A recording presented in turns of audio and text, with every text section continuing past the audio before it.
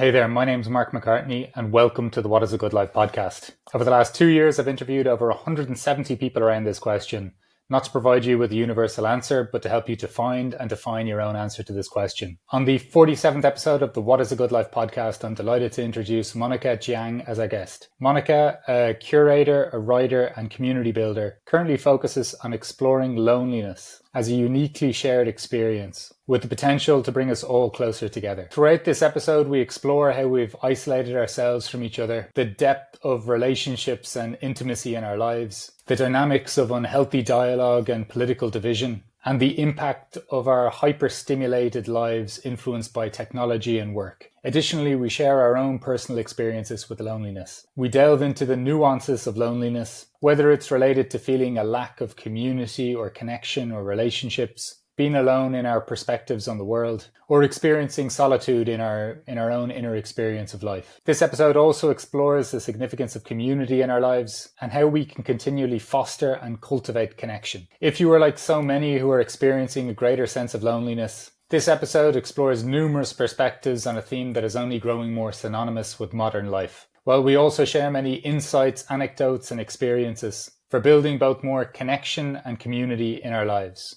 Look, I really enjoyed this conversation with Monika. I love the theme that she's exploring. I think it's so pertinent to so many of our lives. And I think that you're going to take a lot from this episode. And if you enjoy this conversation, please like, share, and subscribe. And if you're on the podcasting platforms, please leave a review, as I greatly appreciate your support at this stage of my podcasting journey. So without further ado, the 47th episode of the What is a Good Life podcast.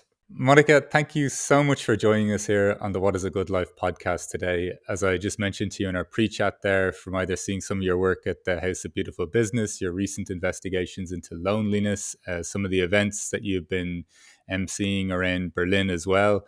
I was very much looking forward to having the chance to speak with you today. Thank you so much for having me. Yeah, I'm excited.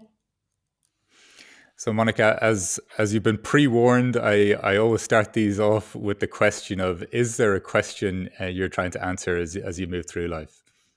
Yeah, I thought about this, and I think it comes down to the big question of how do we move from this idea of the I to a larger we. And where has that investigation led you to?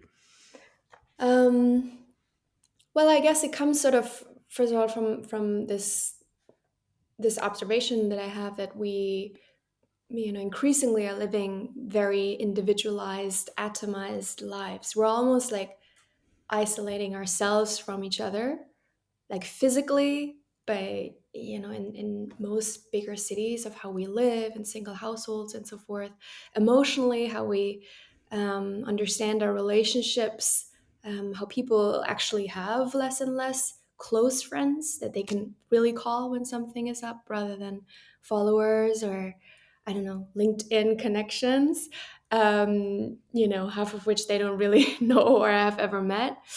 But also mentally, like in terms of um, this idea of being more and more closed off in echo chambers, and that being driven by algorithms, obviously, that feed us again what we already know, what we also want to hear, kind of reinforcing these biases, which also led to more skepticism, maybe even cynicism and contempt towards other people.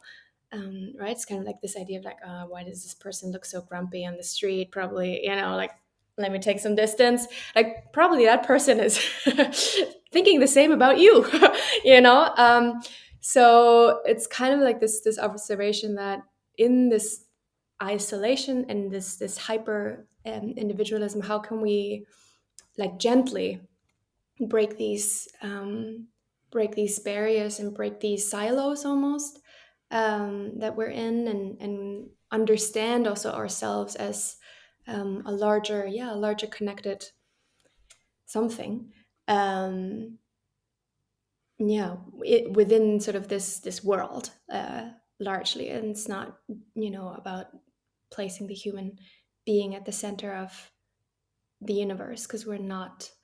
And I'm seeing that more and more people are longing, right, for this, are really yearning for this larger sense of meaning, and they're reckoning sort of with the fact that yes, I am overwhelmed because I can't do it by myself. I can't do it alone, but it seems like society expects that of me. Um, so more and more being closed off, but at the same time longing for something else. I love this kind of sense of we're a bigger part of something. I you know Yeah. I don't know what it is, but just something. It feels kind of so innate within us. But I think there's this really kind of tragic element to some of this, and what you're pointing out, like in the kind of the atomized lives that we're living, that we're almost aspiring to separation ourselves. Like, even it's a sign of progress if you're not with somebody but you move into your own place, like, and that this is a sign of like this is a win, or this is a development in our lives. Like, I think there's it's that part of it to me is, I like, one thing I've noticed so much in over the last few years, the quality of my life has just dramatically improved with the number of connections that exist in my life, and the quality of connection that Mm. exists, almost to the point that it's really all the other things that I used to think that were important. It's it's just kind of outweighed those by such a magnitude.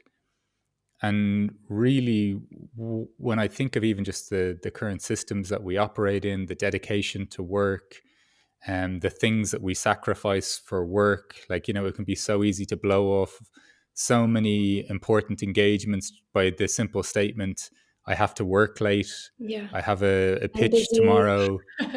Yeah. Yeah, like, and so it's like, in a weird, like, I do think it's very kind of almost structural within a system, but then there is almost this voluntary, like, I think that we're not even kind of, unless we step back from it and observe it kind of in the ways that you're pointing to there, we kind of don't even see how complicit we are in creating this eventuality almost for us. Mm. Yeah, it reminds me of this like the longest study I've ever done on human happiness and human life by Robert Waldinger and others, where they found that like the single most important ingredient, right, for leading a healthier and happier life is exactly that, is building and really nurturing, like actively nurturing relationships in your life. And it's so simple, it's kind of like, okay, great. Great finding. But then it's also like, yes, no, wait, we have to remember that what does that actually mean specifically, right? Like, who are the people I want to surround myself with, um, and who also want that for me, for me to be in their lives, and how am I actually um, nurturing those relationships over time, right? Sustainably, and in a reciprocal way, and in a way that we don't necessarily, have to be physically together all the time, or like see each other like every so often. It could be very different. Like, I also have friends whom I connect with maybe once a year, but still we make, both of us make an effort of sustaining this relationship somehow throughout the year, right? Reaching out, knowing that the other is there. There's so many different ways how you can do that. um, but I feel that this has been like the quality of relationships and the depth of human intimacy, and what it can mean to have a meaningful conversation, uh, to really listen and not be in your own head, but like actually listen what the other person is saying and perhaps even feeling, is so profound, and serves such a different level of connecting, or relating, being in relationship, than we do, most of us do, on a day-to-day basis, whether it's in meetings, right, where no one really listens, only the one who's not even the one who's speaking, it's like rattling off on something, and everyone else is like, okay, hopefully this is going to be over. I'm multitasking. But also with friends, I catch myself also doing that. It's kind of like, yeah, I'm listening, but also I'm already thinking about something else. I'm like, oh, I need to tell you that, and I'm jumping in, like Yeah. within a millisecond. So I think coming back to this depth, to this quality of what relationships can be and why they matter, and how we not only benefit from them but also are able to give that to other people is crucial. Yeah. Yeah, I think there's so much you're touching on there, like in terms of like the intimacy, the listening, the not waiting for our turn to speak. I think we have no idea the amount of almost wounds we inflict upon the intimacy between us, um, just by ways in which certain styles of communication and maybe even trying to win a discussion Mm. or seeing what maybe might get someone ahead corporately, politically, whatever it may be. There's this just like, and of course we can throw in the use of a mobile phone then, and even if you're in discussion with someone over Zoom or online, if you ever see someone's eyes suddenly wandering the page or the screen, Like, and you're just like, oh I come know on, I you're not there. I, I, I know you're on another page Yeah, right now, like while I'm talking. And even worse, while you're actually talking, yeah, you're on another horrible, page right horrible. now You're based like, on your eye you think movement. that I'm not noticing? Like, it is so obvious. It is obvious to everyone. It's even obvious to Zoom. What are you doing? Yeah. Yeah. So I think that there's just, I don't know, there's this element where, which also I think really removes lots of scope for us to feel alive. Hmm. Like, to hold on to what the person is saying in the last few words of a sentence and be prepared to spontaneously respond to that, rather than the kind of metaphorical pin that I've just put in the conversation 2 minutes ago, that I'm going to pick up this really clever point that I wanted to show again. Yeah. Like it's that to me is one of the great feelings of being alive, is to enter into this kind of dialogue. Hmm. I love that. Um, yeah, and I think this lingering and pausing, even the silence, we're just so uncomfortable. It's just these micro levels of discomfort of like, why is no one saying anything? Why can't like someone jump in? You know, because we're on such a high, like usually on such a high level of stimulation. Uh, on online, social media, emails. I mean, I'm just talking about myself also here. It's kind of like the amount of stimulation of messages and platforms that I'm surrounded by, and was also in my previous work, is like that's insane. Like, how am I, how am I supposed to like be calm and like wait for you to finish a sentence when I have like a thousand things popping up and I'm not really there? Uh, so yeah, I think learning to be comfortable with a certain level of discomfort, and discerning like what is actually pulling me outside of my comfort zone and it's like really uncomfortable, or can I cope with the fact that I don't jump in immediately in a conversation, and just sit with this, not even a second of a silence, right? Or not an immediate response, rather sort of being in this autopilot of more and more and more, and like everyone is kind of functioning but not really healthily. It's kind of absurd if you zoom out and say, what is this, what are we doing? And I mean, work is a huge part. Yeah. It really is. So like absurd is the way to do. Like I often kind of tease my wife, who listens to different political shows here in Germany, and I'm always like I'm always just laughing at the type of dialogue that they're engaging in. Like, someone comes in with a fixed position, they say what they want to say. When the other person hears something that they don't agree with, they don't let them finish, and they just start attacking each other over these certain points. Hmm. And then nobody at the end of these dialogues ever comes away with, you know what, that's actually really interesting what you just said there. That's actually shifted my view even just a few degrees to make me look at this somewhat differently. And I think when we start to engage in healthy dialogue, like, this sort of dialogue looks like absolute insanity. It's almost like 2-year-olds shouting at each other, and no one wanting to back down for a second or take on a different view.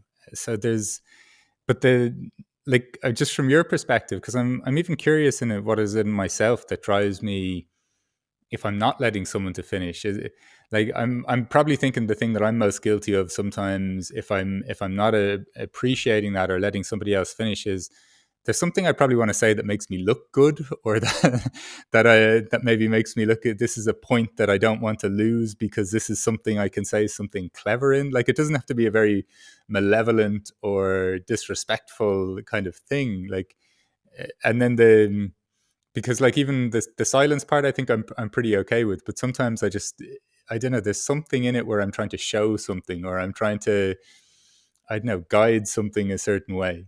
Hmm. I think that comes to the point that you were making earlier about, wanting to win. Like this idea that, I have to win like this point exactly. I have to win in this argument, or like I have to win in this discussion by making a more intellectually informed point than you just did, or like being more eloquent than whatever. I think that, I mean, I can definitely say for myself, like also in the way that I perhaps was brought up, and obviously socialized, that this is something I'm struggling with as well. It's trying to, yeah, not really listen to the other person because I think I already know the answer. There's a certain arrogance, for I'm talking about myself right now, for sure, that sometimes comes in where I'm like, what is this? Like, who do you think you are? Like, what are you not interested in actually? Is there an interest to hear the other person out, or do you just want to again reconfirm that you are right, that you're Yeah. winning in this conversation, that it is exactly how you perceive it in this way?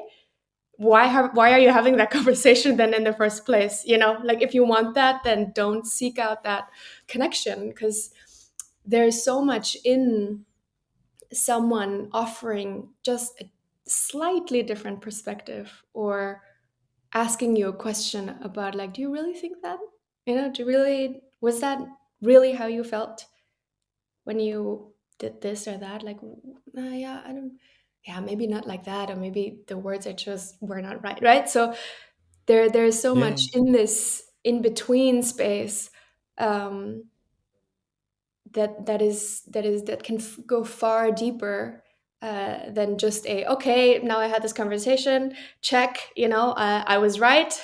The world is exactly how I see it, and everyone agrees with me, and I'm going to go back to whatever. So it's kind of the equivalent of this, the two politicians example that you had before, and I'm seeing that on a larger level. I just wrote a newsletter on sort of the connection between loneliness and politics, or sort of the rise of authoritarian populism and just political division, and why is it that so many people feel drawn into sort of these circles, these extreme circles. I mean, on the right wing, or left wing, but mostly right.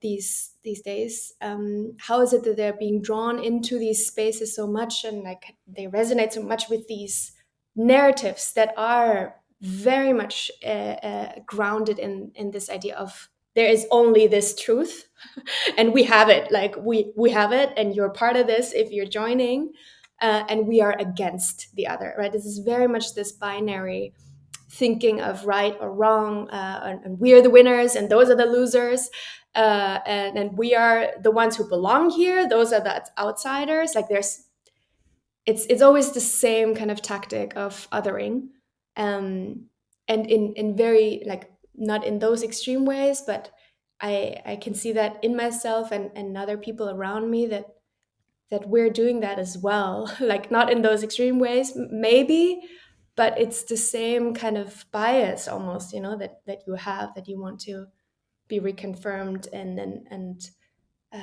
want to stay in. Yeah, I think that's a really important element to this, and I guess within some of it,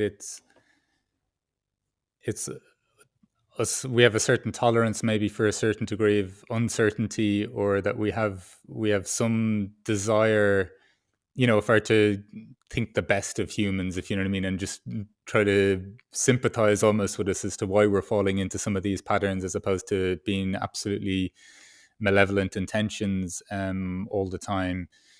It's like, I don't know, there's some, we want some certainty or something like this. I Mm, think we don't engage sometimes in just the absolute uncertainty of life, like the uncertainty of when I'm going to die, like I know philosophically people have engaged in the question of death or contemplation of it, and even on this podcast I've interviewed some death doulas, and mm, I just think it's such a, I don't know, it's such an important perspective that we could just not hold on to things with such certainty or knowing, because you know the interesting thing, I think, if we all shared more, is not only the universe, the kind of the universal experiences that we can all resonate with, but also just the fact that, like, just to come to some understanding that you and I, even if we have many similar views, we'll still look at the world differently. We'll still experience it differently. mm. And it's not for me to say to you, "Oh no, you're seeing this all wrong. This is how you should feel right now." Like that's crazy, right? This is telling another human being what they're like. I think there's a real ignorance that there is this perspective that I hold that the rest of the world should adopt. And when you're saying we all do it in different ways, my I don't know, kind of fanatical views are that, like, everyone should hold everything lightly or embrace uncertainty. Do you know what I mean? And that's almost my position of correctness, Mm. even if it's to say don't hold a position. Do you know? So I think there's always these kind of really subtle ways in which we think that we're holding the middle ground or the space for everyone to be Yeah. themselves, but it comes with a firm directive as well.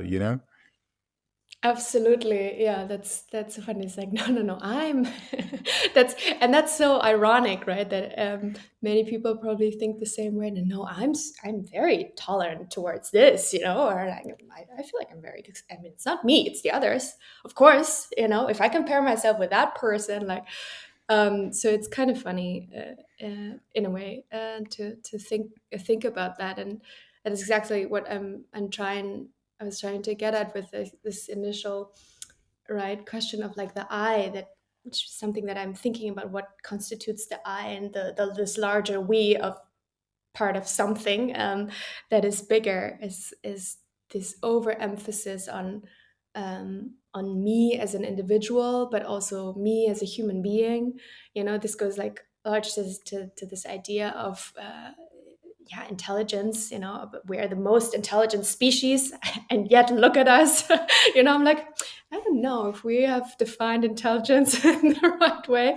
Maybe we need to redefine that, not just in that rational, logical way, but like intelligence, like Mina Salami, for example, Afro feminist, defines it as sensuous knowledge, is kind of like intelligence, that is not rational, that is not numbers driven, that is not, your IQ, but is actually also sort of the side of how sensitive, how emotionally attuned you are, how you're able to relate, right? So it's a much broader idea of what it means to be intelligent, and that it's not something that we humans um, are just yeah, owning almost. It's kind of like, we're being given that a gift in a way, and sometimes we're making use of it more than other times. Yeah. In terms of just, you mentioned when you were like, you're working when you were working with teams, you're working through all these different platforms, there's all this stimulation. Mm.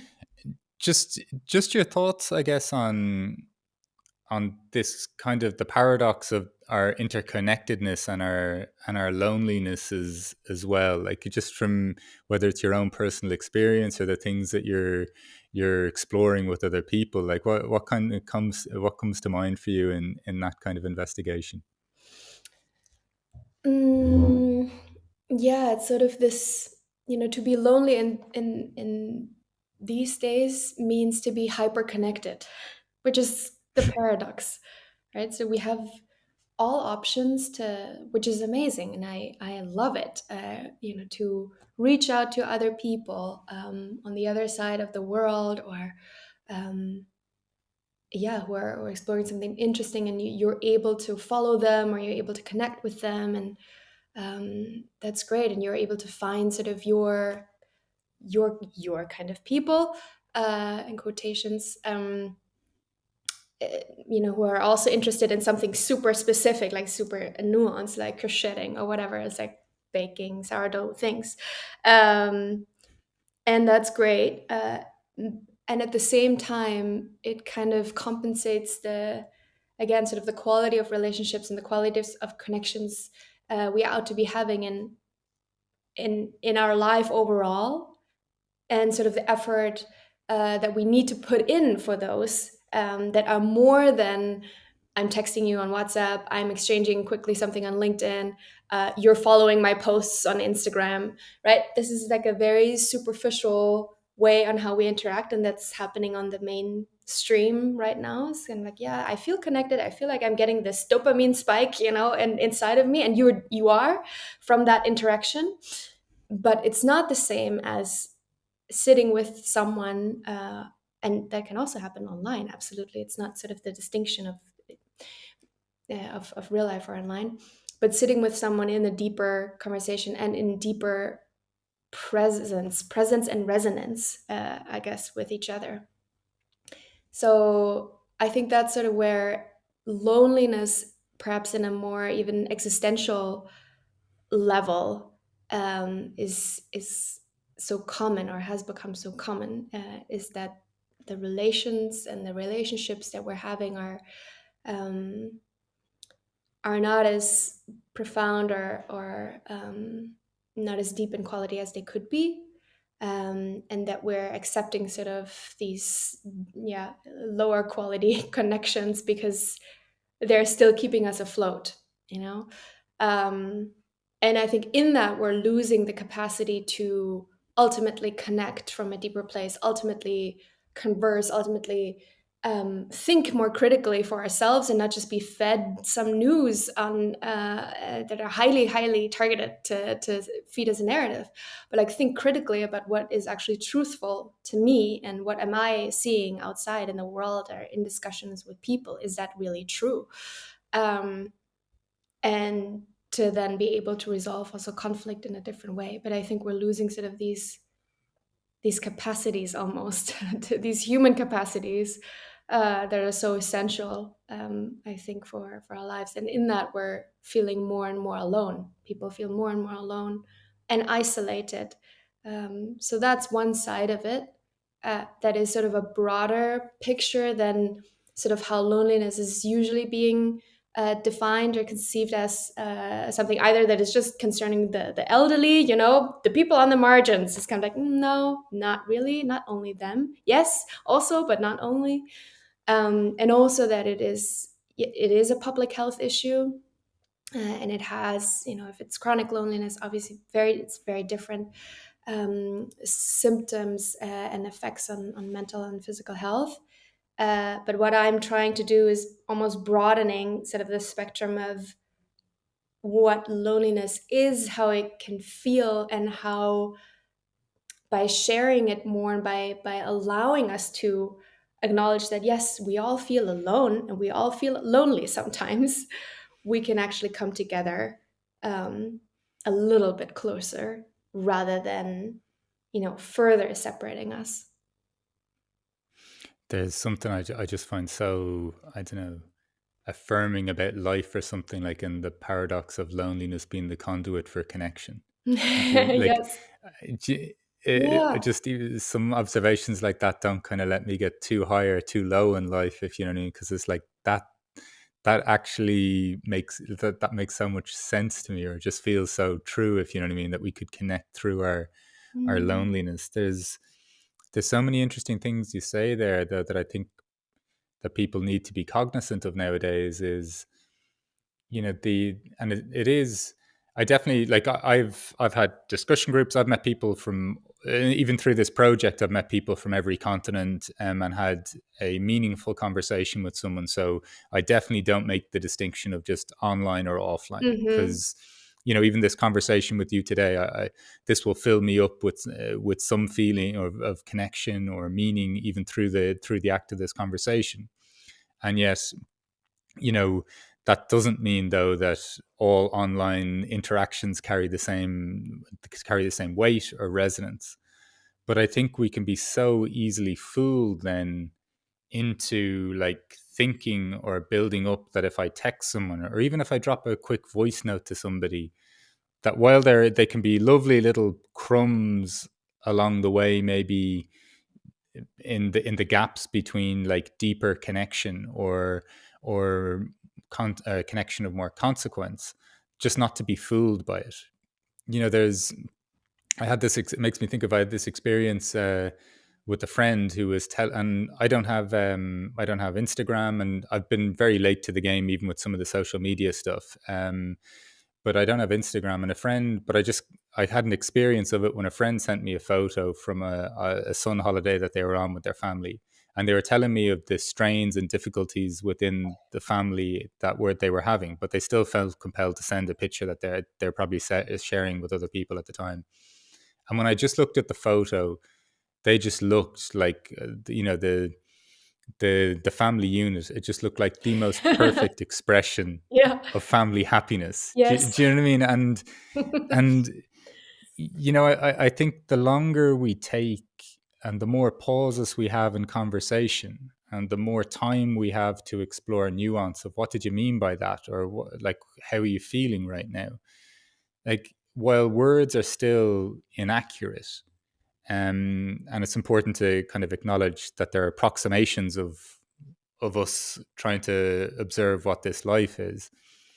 The other way of communicating that we can get by this kind of fast food connection of online interactions or a quick text or whatever, just to acknowledge that like we're really only getting like a fractal of information or a moment even in somebody's life sometimes, because I don't know, there's like this sense of when you were saying then even I find it really interesting with this sense that you said as well. Then when we're getting information from a certain source, or we think that this is how the world is, and we're in our own little groups, I just find it kind of stunning that even though we are set up in these echo chambers, even though we are set up in finding out people that have similar interests, even if it's just in a lovely hobby sort of way, I find it amazing that we could find more people that think the same as us, feel the same as us, or in some approximate way.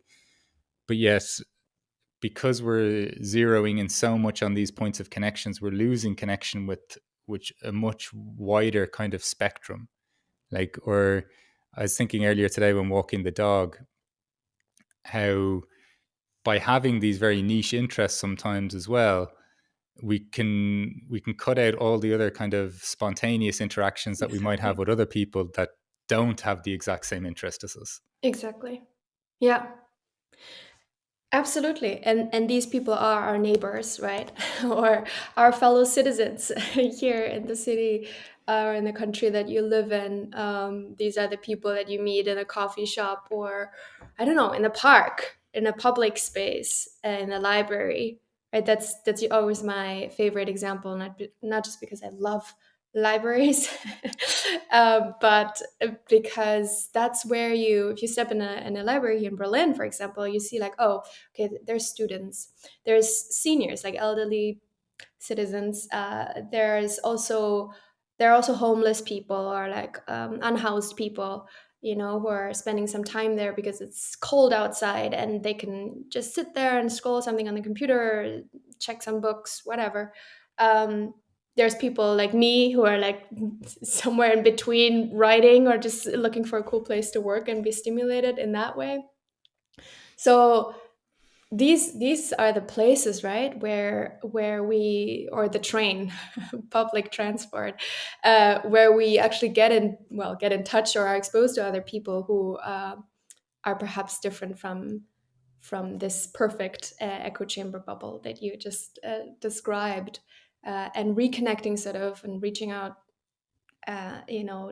towards these kinds of spaces and these kinds of communities, and grounding yourself again, even if it's like small things, like these small micro interactions, of asking one more question to how your day, how's your day going, or like, hey, what about what I noticed something here, in the coffee shop that you're always going to. Like, these are very small things, but they do make a difference, like for yourself, and the other person.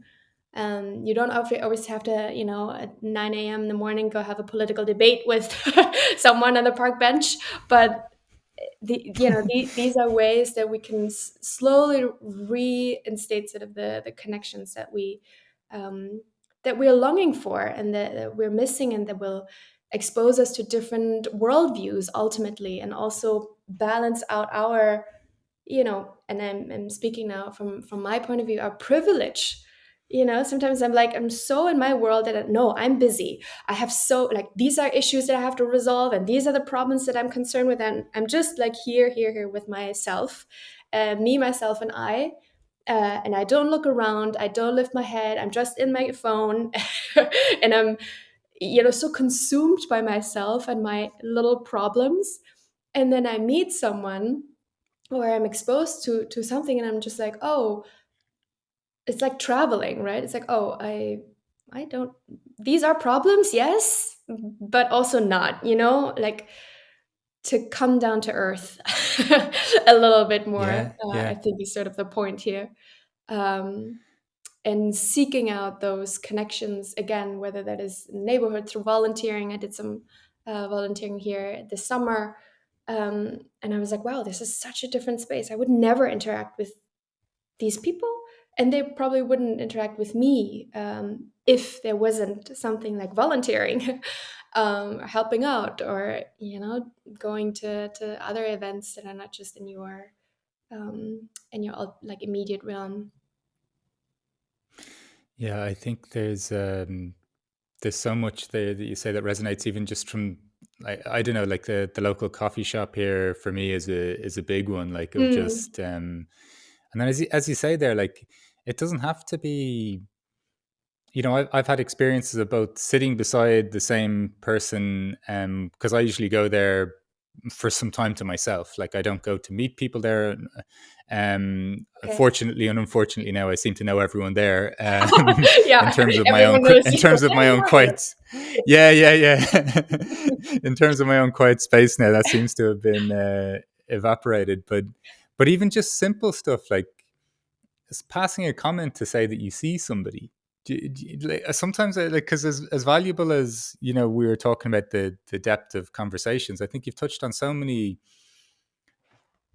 like, there's so many ways of, I think, approaching this idea of loneliness, right? Or even just engaging with it. And so many of the things you just said there, of like little connections, but seeing people, acknowledging people, taking a little bit more time, like, not, as you say, engaging in some like hour-long debate about something, or it can just be an innocuous second question, as you say, or from my perspective, just noticing something about the other person. Like, Mm, there's a couple in my cafe that I still don't even know them all that well, but they had this look, and it just struck me, like, one day they were just staring into each other's eyes, and it just, like, was just such a beautiful, loving look. Do you know what I mean? And that I just felt compelled to say, by the way, I see you guys most morning, and, you know, I think you guys have something really interesting, or you have something special between you.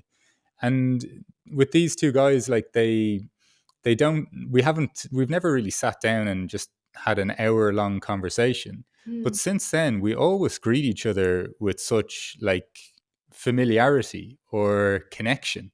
mm. And, we this happened over 18 months ago, and we still haven't just said, oh, we must sit down and really get to know each other, but we might even hug, or just be kind of passing ships for the rest of the time, other than a brief interaction. Yeah. And so I think it's like there's a whole multitude of ways, and just, as you say, like, just deepening our connection with each other once again, like whether it's through the acknowledgement that we're all a little bit lonely, sharing more of our world, having deeper conversations, and then these smaller little spontaneous touch points.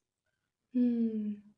I love that example because it's exactly that, right? And sometimes you have these moments where, like, should I say something now, or like, oh, is it weird? Like, oh, probably the person's got, and then it's too late, and the person stands up and you're like, okay, no, never mind.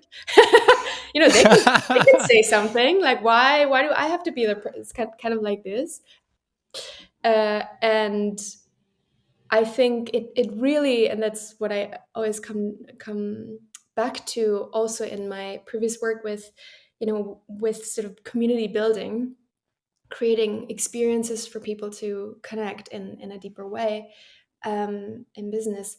It, it doesn't need much. It really does Yeah, not need much.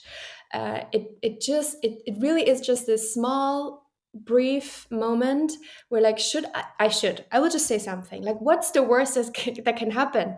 That someone will, I don't know, reject you. Like, that's the fear that is there, right? The fear of being rejected. And the lonelier people get, the more they have this sense of, oh, I think someone's going to reject me, or they're going to think weirdly of me. And they have this negativity bias that we, most of us have, right? It's kind of in the same vein. It's kind of like, probably, they're busy, like they don't want to be chatted to right now. They have their headphones in.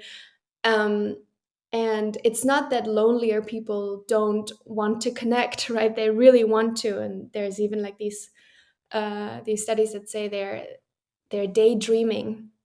There's this sense of nostalgia almost. And I think most of us can relate to this if we have experienced, and I think all of us have, moments of loneliness where we're like, oh yeah, that was a moment where, in my early childhood, or I don't know, something else, like with friends or on a trip, or that moment in my life where I really felt connected and we long for it. So kind of trying to silencing those voices that tell you, oh, the other person's going to think badly of me, because chances are very high that the other person is hoping in the same way that you're going to make the first step as you are, right, from them. So why not just yeah, saying hi, a simple hello, how are you, like, is that, or a smile, or a genuine, just to look someone in the eye, as you just described it. The many people who are passing the subways here in Berlin, trying to somehow, yeah, get some money so that they can find some shelter during the night. They go through, and I mean, the least that you can do is just look them in their eyes and say, I'm sorry, I don't have something for you today, right? Like, yeah. we don't have to like hide and feel awkward and like, oh my gosh, no, there's another one, I can't, really don't, like, I don't have cash, sorry, like, it's not much, Uh, right? I'm smiling because I've had this exact same thought and experience, and like you see someone come on, and I think the crazy thing is I think that we think that we're not inflicting harm on ourselves, because I think even just when we shut ourselves off to the presence of another human being, and of course, look, I understand that someone could feel uncomfortable in certain situations, whatever it may be, but if I deliberately don't acknowledge another human being, I don't think I escape that experience feeling good about myself, or I feel more connected to myself. And I was also just laughing when you were saying that, because I had a similar experience where I said to a woman, I was speaking in German, I said, oh yeah, sorry, I don't have any money on me. And we just asked each other how we were doing. And she proceeded to, as all good Germans do, she proceeded to correct my German in this lovely connect, Nice. this lovely connected, yeah, this lovely connected moment we were experiencing. Funny. There was still a grammatical error that needed to be corrected. Yeah, of course it was. Mark, of course, obviously. Come on. Yeah, we're still in Germany. Yeah, that's so funny. Yeah.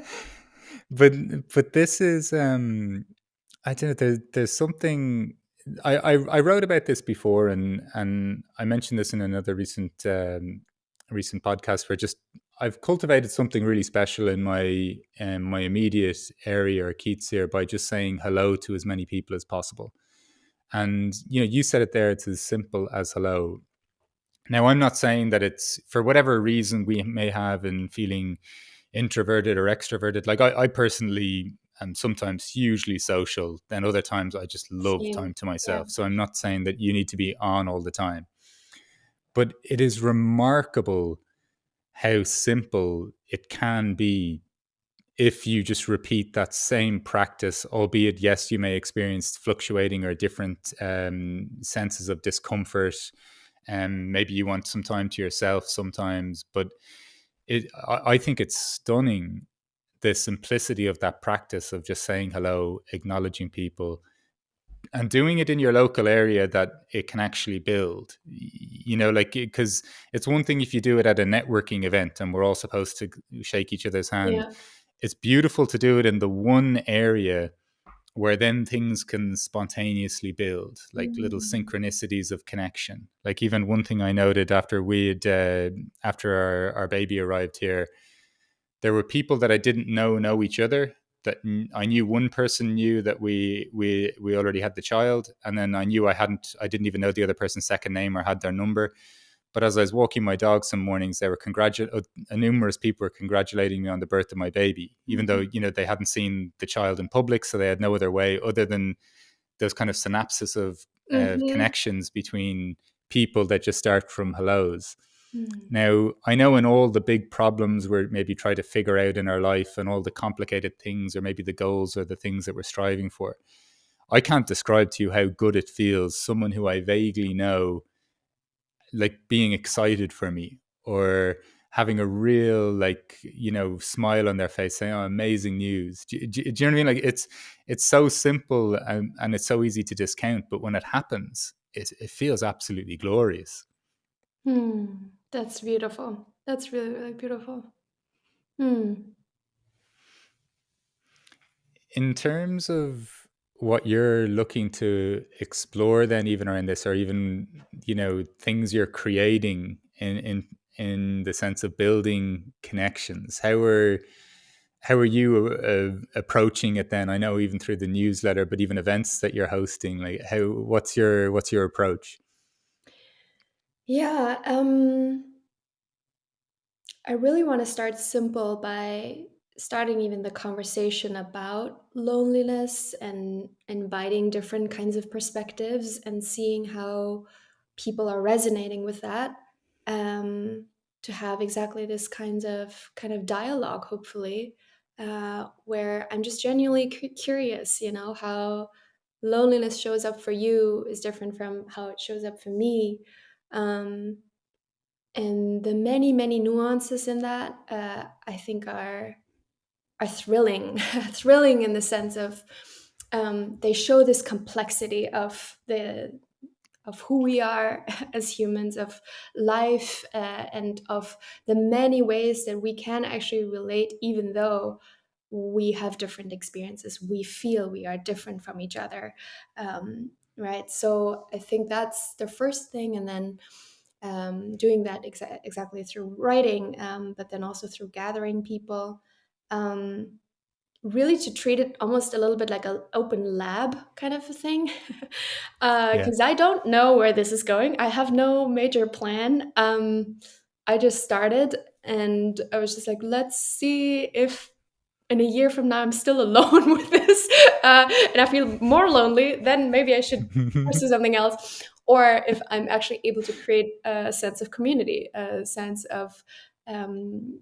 a sense of community, and of people who are willing to share, to contribute, to learn together, and perhaps then install sort of more local interventions that already exist, out there, that are these listening or talking to strangers experiments, um, or sort of kind of reliving the neighborhood that you're in, sort of very small local, like on a local level, small direct ways on learning how to come into real connection again, with one another.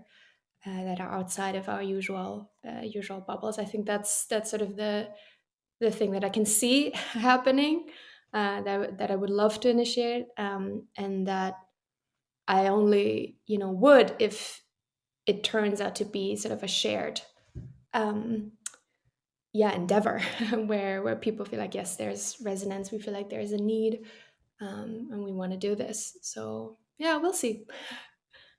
I think it sounds absolutely lovely, and I think there's such a I don't know. I think there's such a it's such a beautiful topic for us all to explore because, as you say, like loneliness shows up for us all. I remember even when I came to Berlin the first time, and or when I moved here, and I've moved country even in my 30s about 4 or 5 times now. I've just turned 40 recently enough, and there was always, even when I've moved country, even with one of my best friends, and coming to Berlin, moving with my wife, even. And I remember saying to her at some point, like, because I didn't have a community placed here, I knew no one else in Berlin. I was going to lots of different events. Like I made a deliberate effort to put myself out there and make Mm. connections. And even though there were people in my phone that I could text for a coffee, the relationships were still just beginning, you know? So I remember even saying to my wife, like, I know I feel a loneliness coming upon me, and this was even with, my life partner, who we Yeah. continue to be deeply connected. Um, this was even having some social circles, but just the quality of relationship hadn't been cultivated yet. Mm. And so it's even, for my sake, like, there's, even when there are people in my life, or there's people I know in many other different countries, I think there's just, these periods are so normal in our lives, and even in times when I don't know, we just don't decide to share the commonality of our human experience, like, just to share what's going on underneath the surface, so that we literally feel alone with a specific problem, like. So I don't know, it's just, I guess, even then, curious as to how loneliness shows up for you sometimes. Mm. Um, I think mostly now, like these days, mostly in the way that, and this runs very deep. I realized. I feel like I felt this for most parts of my life, feeling not fully understood, or being scared to be Hmm. misunderstood in the way that I Yes. see things. Very simple. Like, and sometimes I feel very alone. And I have wonderful friends, and relationships that I 2 years ago made an actual effort of cultivating, because I realized I felt very, very lonely, because I was so obsessed with my work, which gave me a lot too, but it's not the same thing. Um, but even with them, sometimes on certain topics, or yeah, just moments, I feel like I don't feel like you're getting what I'm trying to get at, or like, Yeah. I want to be so desperately understood, or heard, and I sometimes feel very, very alone in that. Yeah, I think that's sort of how I feel it these days. Um, but also in many, many other ways, to be honest. And I felt lonely um, in a relationship before. I felt lonely, as I said before, like sort of with relationships and friends. Um, at work, also, I have felt lonely, which is Yeah. ironic because I was in the community building space, but still, you can feel alone in your efforts. Sometimes you're lacking support in a way. Um, yeah, so many, many different ways, how I feel lonely. Now I'm thinking When about you it more, as you can tell. um, Yeah, it, but it's just even also, as you're thinking about it, though, um, Sorry, I was just going to say, just even as you're Yeah. thinking about that, just as you've said that there, though, I reflected on the loneliness that I felt previously, but even as you were saying that there, I absolutely feel alone many times with how I'm viewing the world, or even if it's the way I feel I'm trying to approach problems, or the way I look at the world. I can absolutely sometimes think, "Am I the only one that thinks this?" Or and just even in some of those inquiries, feel absolutely alone as well. So even Mm. just, I know you're saying you're thinking and you're coming up with some of this stuff on the spot, but just even in your acknowledging of that, like I absolutely feel that one sporadically throughout my year, irrespective of even just the level of connection I have in my life, which I think is a beautiful element to the kind of the nuance of this topic. Mm. No, thank you for saying that, and for sharing that. I Yeah, and I think that the first way to kind of embrace that loneliness in a different way is by, again, by sharing that. So I'm not a proponent of this idea of having to eradicate or cope even, or you know cure this kind of loneliness. Like, it's very different, again, from chronic loneliness, or loneliness that shows up in different kind of ways of mental illness, for example. I know that. But the loneliness that I'm talking about, this transient loneliness that sometimes comes and overcomes one, is something that I think we could start to embrace, from a place of almost, of love, in a way, because it's kind of, it's part of us, and it's also part of life. Like, loss is part of life, or death is part of life, and suffering is part of life. And without it, it wouldn't be a really good one. I think. Yeah. um yeah.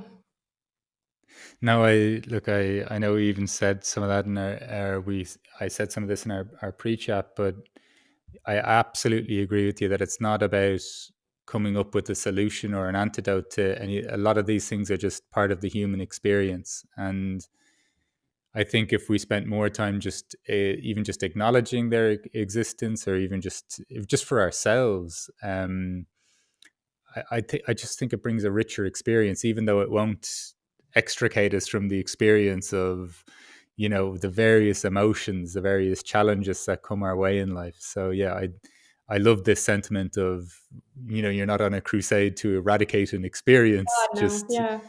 what would No happen more if crusades, yeah. please. It's 2023. Yeah. Yeah, I hear here.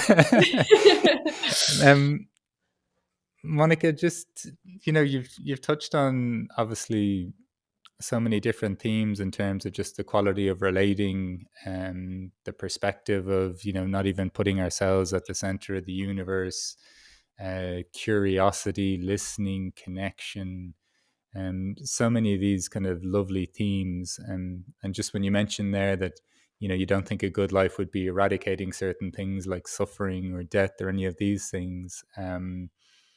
Just curious as to your perspective then on the question of what is a good life for you. Yeah. A good life for me,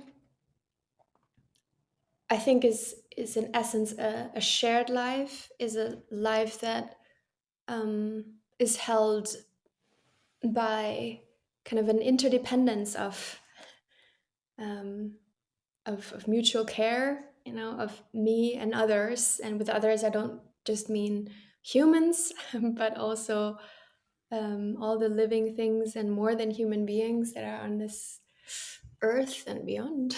um, and finding sort of a sense of humility in that, uh, in enjoying it as really like as a gift, like in this idea of accepting everything, right, that sort of comes, not taking it as an attack or something personal, or something that we have to like now solve, or again eradicate or conquer, or like all of these this language that has shaped our culture in such a technocratic and almost, yeah, backward thinking way. And rather, yeah, be more humble toward what you have, what you're surrounded by, and again, um, by the relationships that you are able to cultivate, and your part in that, right? Sort of, I think there's always this balance that also I'm trying to keep, because I'm sometimes more leaning towards in the, I have self-pity moments where I'm like, oh, everything is so unfair, and why me, like this. But then I remind myself, like, okay, I have to find a balance between some things that I just cannot control and that are eventually going to happen. As you just said, right, or we just touched on experiencing loss and loneliness and suffering overall, and being able to then see life differently, perhaps embrace life differently, um, and accepting that you cannot have an influence on how things go sometimes, and that there's beauty in that you surrender to that, and in that also acknowledge that in those things where you actually have agency and ownership and responsibility, take it. Right, like actually take it, and Yeah. don't push it away and be like, well, someone else can just solve this. um yeah, and a good life, I think, is for me ultimately one that feels true to me, where I can say I am living in an honest and in a truthful way, that I feel like I'm living the truest version of myself right now. That might be something somehow different from like 5 years ago or in 5 years, right? But for now, for this moment, it is true, and this is how I want to show up. This is how I want to take care. This is also how I want to receive care. Um, and these are the choices that I'm making deliberately. Uh, yeah. I I absolutely love this sentiment, and I love also the sense of, only we know what a true expression of our life is. That's on us, and just the changing nature of it as well. It can be different 5 years ago and 5 years into the future, but for us to continue to be or to express from that place. Look, Monica, I've really enjoyed this conversation with you Me today, too. and I'm very, very grateful that you joined us here on the What is a Good Life podcast. Thank you so much. I really appreciate what you're doing, and yeah, honored to be part of this. Thank you.